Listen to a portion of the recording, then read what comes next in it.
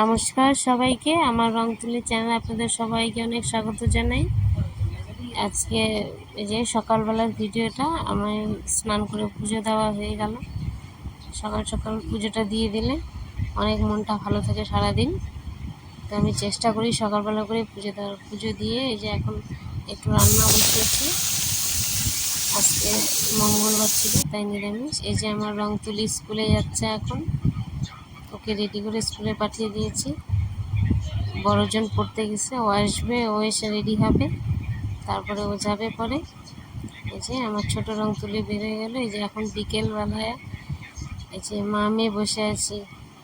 মেয়ে থাকলে মানুষ অনেক কথা বলে, দেখেন আমার মেয়েরা আমাকে মার মতন।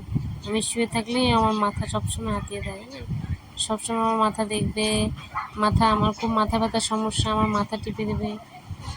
মেয়ের মারা তো অনেক সুখী,